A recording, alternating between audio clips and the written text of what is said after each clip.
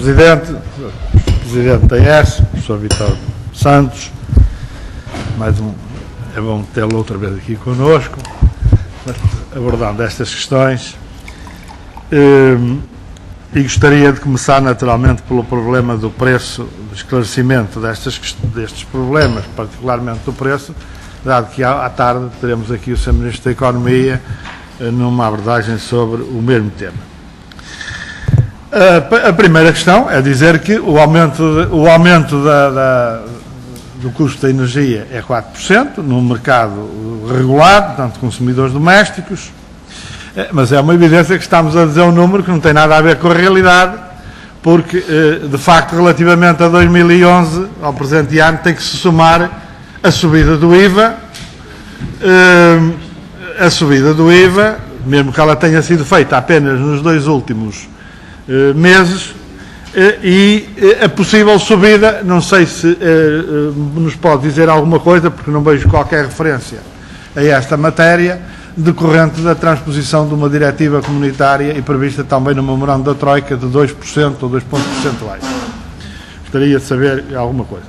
E se de facto considerarmos estes dados todos, nós estamos perante uma subida da tarifa de energia elétrica e da fatura de energia elétrica em 2012, não dos 30% que foram inicialmente apontados, mas de 22%, cerca de 22%. De facto, é 22%.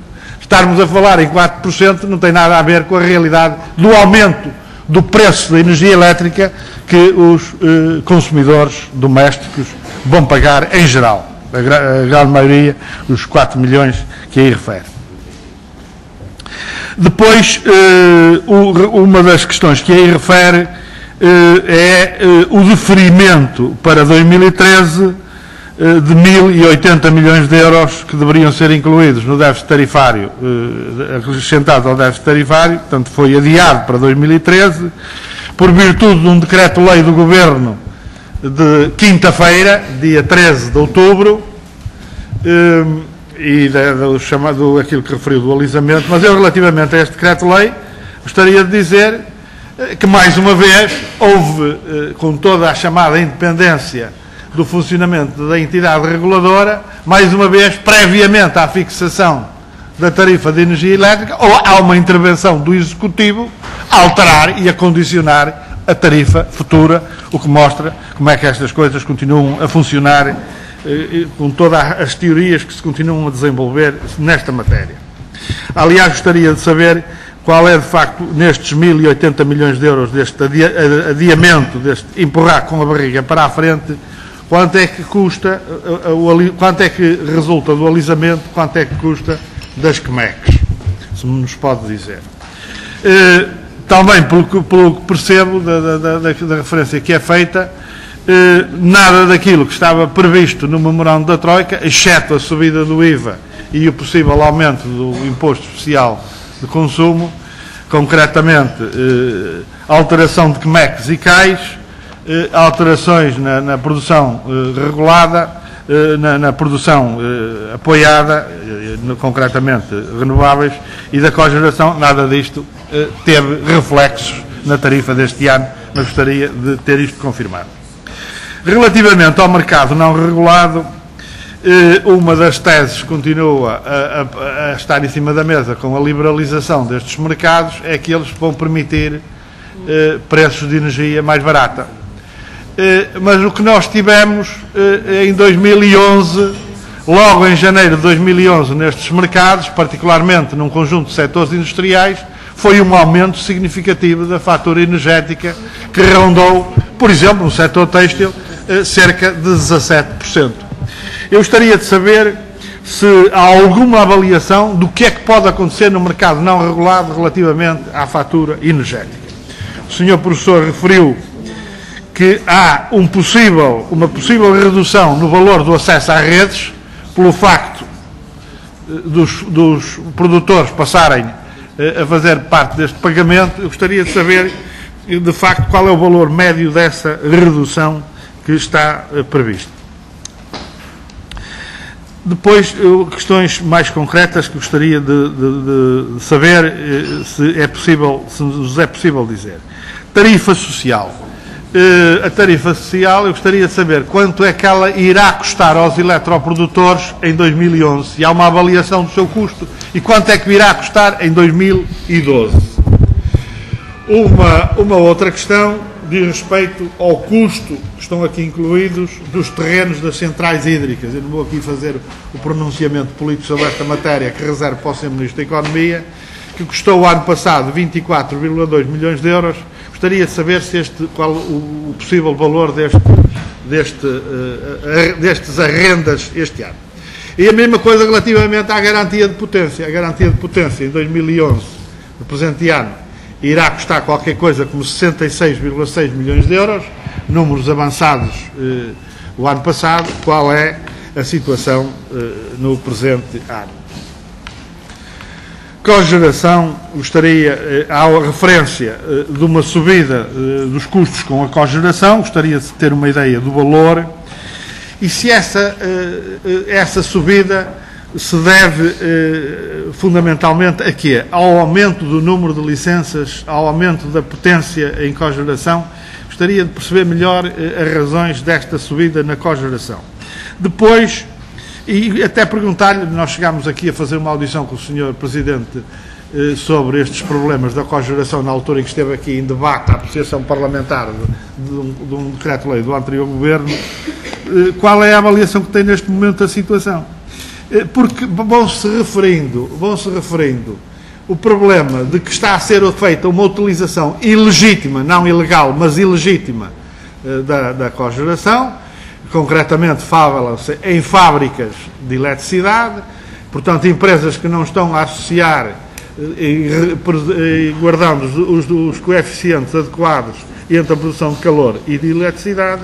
Gostaria de saber quais são essas empresas. Eu digo isto porque fiz essa pergunta ao Governo, e o Governo até me respondeu, mas não me respondeu a isto. Qual é a lista das 20 principais empresas e os respectivos benefícios que estão a retirar da cogeração? Eu, por exemplo, tinha muito interesse em saber quanto é que a Galp, a Portocel e a Altri, estas três, estão a retirar dos subsídios da cogeração. Muito bem, Sr. Deputado.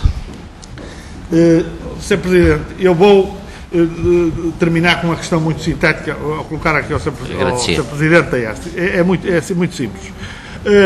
O ano passado, à semelhança de anos anteriores, o Conselho Tarifário produziu um parecer sobre esta proposta, com diversas anotações. Eu gostaria de dizer se relativamente àqueles questionamentos que foram feitos pelo Conselho Tarifário, depois numa segunda volta poderia pormenorizar-se, agora não for possível, qual é o ponto de situação relativamente aos questionamentos que foram feitos nesse documento do Conselho Tarifário para as tarifas de 2011. Obrigado, Sr. Presidente. Eu começaria por dizer que esta história do aumento dos 30% e dos agora, não 4%, mas 22%, aliás, eu acho mal que a IERS não tenha colocado, de facto, o aumento com a inclusão do problema do IVA, faz lembrar aquela história da notícia do desastre pelo amigo à família. Partiu as pernas todas, os braços, etc. E perante o desalento da família, diz, não partiu, afinal, olha, está descansado, só partiu uma perna. É exatamente a mesma coisa. É exatamente a mesma. É conhecida, essa técnica é conhecida. Mas, de facto, o aumento, e era bom que a IERS, quando fizesse o comunicado definitivo, de facto, colocasse o aumento da fatura que se vai verificar para os clientes domésticos. Relativamente ao mercado não regulado, eu já ouvi, não me respondeu inicialmente, depois fez aqui algumas referências noutras respostas. Eu gostaria de perguntar o seguinte: suponhamos que o preço da energia era o mesmo. Do ponto de vista dos outros elementos que acabam por compor a fatura, portanto, no mercado não regulado, qual é a perspectiva? O que entendo é que há uma possível descida no preço do acesso às redes. E, portanto, se o preço da energia se mantivesse, em teoria, o preço no mercado não regulado deve descer. Portanto, era essa questão que gostaria que me dissesse. Relativamente à cogeração, para lá de muitas outras coisas, certamente veremos com o Sr. Ministro, gostaria que me dissesse uma coisa. O preço do petróleo que é utilizado no custo da cogeração é a cotação Brent ou é a cotação ALB? Gostaria que me esclarecesse, por causa de uma coisa que aqui os parceiros do Partido Socialista acabaram por referir. Custo da ERSE, já referiu que posteriormente nos vai dizer, mas penso que rondará os 6 milhões de euros, como em 2000 estava previsto para este ano.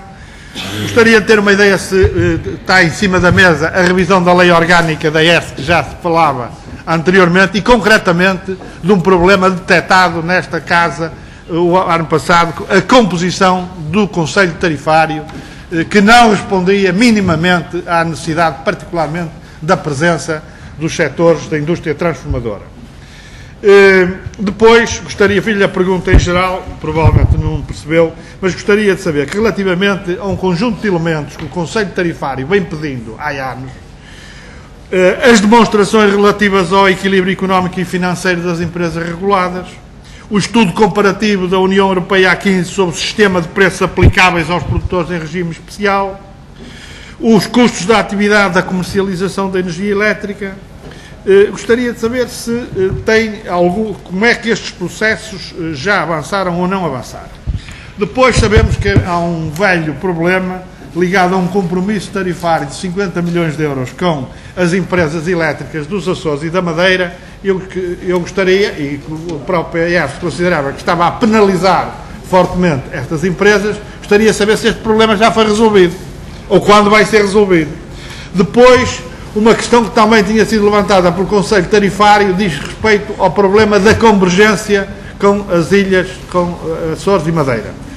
O desaparecimento, digamos assim, na média tensão, alta tensão, muito alta tensão, do referencial continental europeu, aqui no continente, qual é o referencial que está a ser utilizado para esta possível convergência? Gostaria ainda de... Vou terminar, Sr. Presidente, colocando-lhe esta questão. Também ainda dessas anotações do Conselho Tarifário, é colocada a questão da necessidade de uma análise aprofundada ao preço dos serviços, e isso iria ser feito no primeiro semestre de 2011. Gostaria de saber se foi feito. Uma última questão. A ERSE ficou de monitorizar a transição do regime em baixa tensão especial do regime regulado para o regime não regulado. Gostaria de saber que conclusões é que foi tirada dessa monitorização, de acordo com os documentos que o ano passado nos distribuíram. Eu começo por registar esta nova forma de fazer contas do deputado Nuno Saraiva. Vê-se que não andou aqui em vão ao longo desta comissão a ouvir os deputados do PS enquanto aguentavam os números do engenheiro Sócrates. Vê-se que não foi em vão. Aprendeu a fazer essas contas extraordinárias, que é esquecer-se do aumento de 16 pontos percentuais no IVA, mais o tal imposto especial.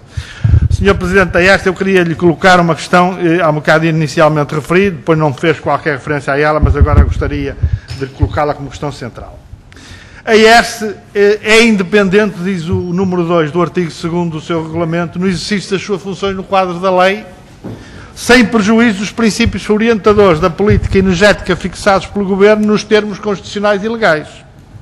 Ora, eu gostava de perceber como é que a ERSE, sem estar publicado em Diário da República e, portanto, com efeitos executivos para todos os portugueses e todas as entidades, o decreto-lei, como é que a ERSE inclui o conteúdo do decreto-lei? Eu só entendo isso se a ERSE foi sujeita a um comando direto do Governo a dizer, atenção, que relativamente a esta questão o problema vai ser assim. Eu gostaria que o Sr. Presidente da ERSE comentasse, digamos assim, esta intervenção do Governo relativamente a este quadro, porque eu acho que conflitua claramente com o que aqui está. Porque não há decreto-lei neste momento no país onde estamos. Uma segunda questão diz respeito a um problema que certamente afetará algumas centenas ou milhares de portugueses, que diz respeito ao aumento do IVA ainda nos 2 últimos meses.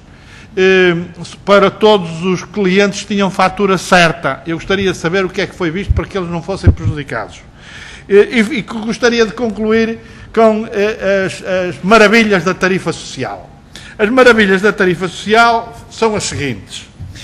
O PS, durante 2011, deu aos utentes com tarifas sociais, segundo as contas que são fáceis de fazer, 4 milhões de euros a dividir por 666 mil, 6 euros por ano. 6 euros por ano. O PSD, segundo aquilo que o Sr. Presidente nos informou, isto vai custar 6 milhões de euros, a dividir pelos mesmos 666 mil, vai dar 9 euros por ano. Isto é, a esmola passa de 6 euros para 9 euros, isto é, tem um aumento de 3 euros por ano, ou seja, o preço de uma bica por mês. Não é mau. No meio da desgraça onde estamos, é sempre alguma coisa. Obrigado.